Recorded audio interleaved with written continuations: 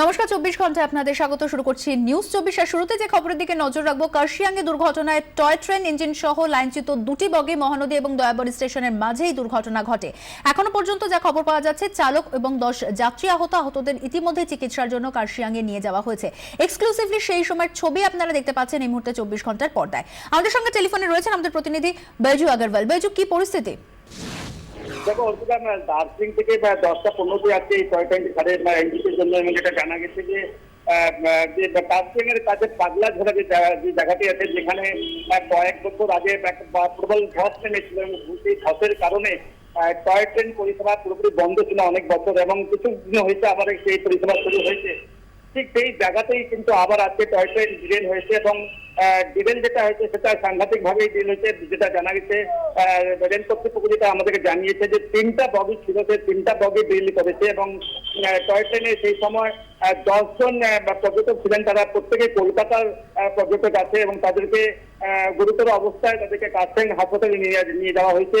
এবং আধিকারিকরা যেটা আমাদেরকে জানিয়েছেন যে টয় ট্রেনের যিনি চালক তিনি কিন্তু সিরিয়াসলি ইনজিওর্ড হয়েছেন, তাকেও কার্শিয়াং নিয়ে যাওয়া হয়েছে, এবং সেখান থেকে ট্রিটমেন্ট করার পর যেসব পর্যটক কলকাতা আছে তাদেরকে এনজিপি নিয়ে আসা হবে, এবং যারা রেল বিভাগের যারা আধিকারিকরা তারা সবাই কার্শিয়াং রয়েছেন। বৈজু, আহতদের আঘাত কতটা গুরুতর, চিকিৎসকরা কি জানাচ্ছেন? যেটা রেল কর্তৃপক্ষ থেকে যেটা আমরা জানতে পেরেছি যে যারা টুরিস্ট, যাদের আঘাতটা খুব বেশি নয় এবং মাইনর ইনজিওর্ড আছেন তারা, তবে তাদেরকে কার্শিয়াং হাসপাতালে নিয়ে যাওয়া হয়েছে, সেখানে তাদের ট্রিটমেন্ট চলছে।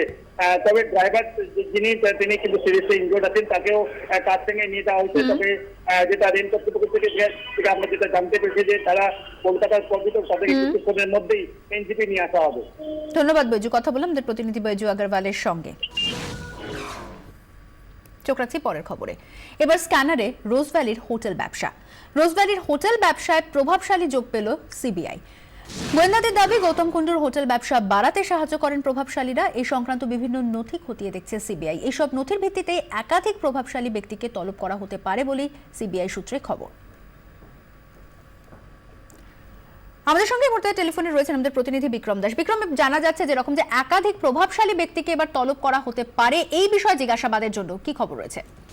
দেখো, রোজভ্যালি কাণ্ডে তদন্ত করতে গিয়ে সিবিআই যেটা জানতে পারছে যে গৌতম কুণ্ডু বা রোজভ্যালি গোষ্ঠী হোটেল ব্যবসার পেছনে একটা বড়সড় প্রভাবশালী যোগ রয়েছে, এবং সেক্ষেত্রে সিবিআই এখনো পর্যন্ত তল্লাশি অভিযান চালিয়ে এবং তদন্ত করতে গিয়ে এমন বেশ কিছু নির্দিষ্ট তথ্য প্রমাণ পেয়েছে বা এমন কোনো নথি বাজেয়াপ্ত করেছে। সেখানে মনে করা হচ্ছে যে কলকাতা এবং বেশ কয়েকটি জেলায় গৌতম কুণ্ডুর যে হোটেলগুলো খুলেছে তার পিছনে কিন্তু প্রভাবশালীদের একটা ভূমিকা রয়েছে। অর্থাৎ এই হোটেল ব্যবসা খোলার পিছনে একদিকে যেরকম প্রভাবশালীদের ভূমিকা রয়েছে, অপরদিকে অপরাধমূলক ষড়যন্ত্র করা হয়েছে। তার কারণ মূলত এই হোটেলগুলোকে সামনে রেখেই কিন্তু বেআইনি অর্থলগ্নি সংস্থার যে ব্যবসা, সেই ব্যবসাকে আরো বাড়িয়ে নেওয়া হচ্ছিল, এবং সেই কারণেই সিবিআই যেটা জানতে পারছে সেই নথিপত্র বা সেই তথ্য প্রমাণের মাধ্যমে বেশ কয়েকজনের নাম উঠে আসছে, এবং সিবিআই সূত্রের খবর যে তাদের কিন্তু খুব শীঘ্রই তলব করা হবে এবং তাদেরকে জিজ্ঞাসাবাদ করে জানার চেষ্টা করা হবে যে কি ভূমিকা রয়েছে তাদের, তারা কেন সাহায্য করছিল গৌতম কুণ্ডুকে তাদের হোটেল ব্যবসা প্রসার করতে।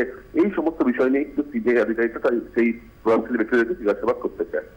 বিক্রম, শুধুমাত্র হোটেল ব্যবসার ক্ষেত্রেই নয়, এবার সিবিআই স্ক্যানারে রোজভ্যালির পর্যটন ব্যবসাও। সেক্ষেত্রে আমানতকারীদের টাকায় কেন প্রভাবশালীদের ভ্রমণের প্রস্তাব গৌতম কুণ্ডু দিতেন, এই উত্তরও পেতে চাইছেন তদন্তকারী অফিসাররা। কোন কোন বিষয়ে তারা জোর দিতে চাইছেন জিজ্ঞাসাবাদের ক্ষেত্রে? যেমন কিছুদিন আগে যখন সুদীপ বন্দ্যোপাধ্যায় আদালতে পেশ করা, তখন সিবিআই তরফে দাবি করা হয় যে সুদীপ বন্দ্যোপাধ্যায় একটি ট্যুর ইতালি এবং ইউরোপ ট্যুরে 5 লক্ষ টাকা দিয়ে বুক করেছিলেন, কিন্তু 18 লক্ষ টাকা গৌতম কুণ্ডু বা রোজভ্যালি গ্রুপের যে ট্যুরস তারা স্পন্সর করেছিল এবং সেই প্যাকেজকে আপগ্রেড করেছিল। এক্ষেত্রেও সিবিআই তদন্ত করে দেখতে পাচ্ছে যে বেশ কয়েকজন প্রভাবশালী ব্যক্তি যারা কলকাতা, পশ্চিমবঙ্গ এবং দিল্লির বসবাসকারী, তাদেরকে কিন্তু গৌতম কুণ্ডুর যে কোম্পানি অর্থাৎ tours and travel company Rose Valley, তারা বিভিন্ন ক্ষেত্রে ফ্লাইটের টিকিট বুক করে দিয়েছিল। বিভিন্ন ক্ষেত্রে দেখা গিয়েছে তারা বিভিন্ন ট্যুর স্পন্সর করেছিল, এবং এই পাশাপাশি যেটা জানা যাচ্ছে শুধুমাত্র তাদের ক্ষেত্রে নয়, ওই প্রভাবশালী ব্যক্তিদের যাদের আত্মীয় রয়েছে এবং তাদের বেশ কয়েকজনের বান্ধবীকেও কিন্তু ফ্লাইটের টিকিট বুক করে দেওয়া হয়েছিল, এবং ট্যুরের ক্ষেত্রেও কিন্তু স্পন্সর করা ছিল। তারা কি এই বিনিময়ে কোন রকম কোনো সুবিধা পায় বিশেষ করে রোজভ্যালিকে?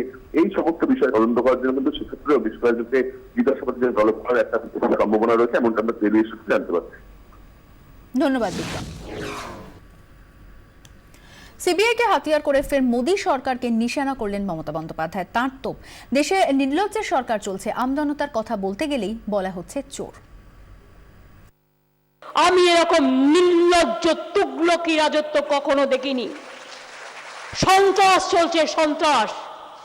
আর কিছু বললে আপনার বিরুদ্ধে কোনো কেস নেই, একটা লাগিয়ে দিচ্ছে, আছে কনস্পিরেসি ব্যুরো। সিবিআইকে আমরা সম্মান করি, রেসপেক্ট করি, I have a great regards for the institution. কয়েকটা লোককে বসিয়েছে মোদির পুরো একদম বড় বড় চক্রান্তকারী দালাল এগুলো। তাদের কাজ কি? মমতা ব্যানার্জি মানুষের কথা বলছে, ওর বিরুদ্ধে ওকে চোর বলো। সুদীপ বন্দ্যোপাধ্যায় বলছে চোর বলো, তাপস পাল চোর বলো। সব শিল্পীরা চোর।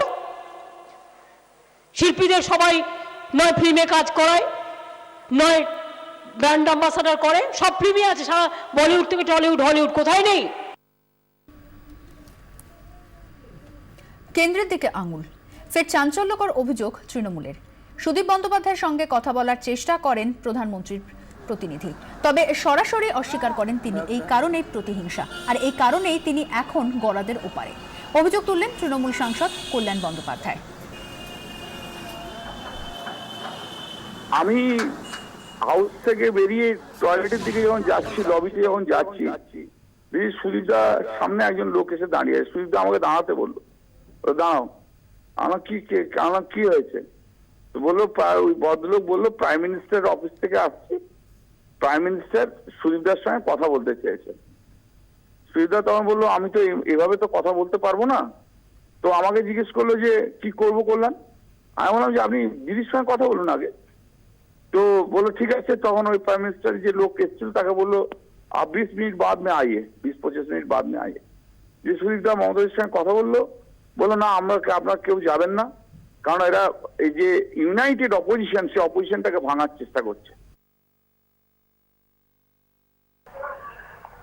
দেখুন, কল্যাণ বন্দ্যোপাধ্যায় একজন প্রতিষ্ঠিত আইনজীবী। মানুষ আশা করে তার থেকে একটা দায়িত্বশীল মন্তব্য, কিন্তু প্রতিহিংসার রাজনীতির তকমার যে ধারাবাহিকতা চলেছে সেটাকে বজায় রাখতে গিয়ে উনি এমন একটা অভিযোগ করলেন, আমার মনে হয় এইটা কতটা বিশ্বাসযোগ্য সেটার দায়িত্বটা মানুষের উপরই ছেড়ে দেওয়া ভালো। কলকাতা থেকে ভুবনেশ্বর, রিজার্ভ ব্যাংক থেকে সিবিআই দফতর, রাজনৈতিক উত্তাপ রাজধানী দিল্লিতেও। কেন্দ্র বিরোধী বিক্ষোভকে সর্বস্তলে নিয়ে গেছে তৃণমূল কংগ্রেস। নোট বিরোধী প্রতিবাদ এবং রোজভ্যালি কাণ্ডে সুদীপ ও তাপস গ্রেফতার। তৃণমূলের দাবি দুটি ঘটনা আলাদা নয়, পরস্পর সম্পর্কযুক্ত। নোট বাতিলের প্রতিবাদ করাতে তৃণমূল সাংসদদের গ্রেফতার করে প্রতিহিংসা চরিতার্থ করছে কেন্দ্র, অভিযোগ তৃণমূলের। তাই সমান্তরালে চলা দুটি ইস্যুর একযোগেই প্রতিবাদ করছে তৃণমূল। ভুবনেশ্বরের সিবিআই দফতর, কলকাতায় রিজার্ভ ব্যাংকের দফতরে আজও বিক্ষোভ দেখায় তৃণমূল কর্মী সমর্থকরা। বিক্ষোভ দেখানো হয় নয়াদিল্লিতেও।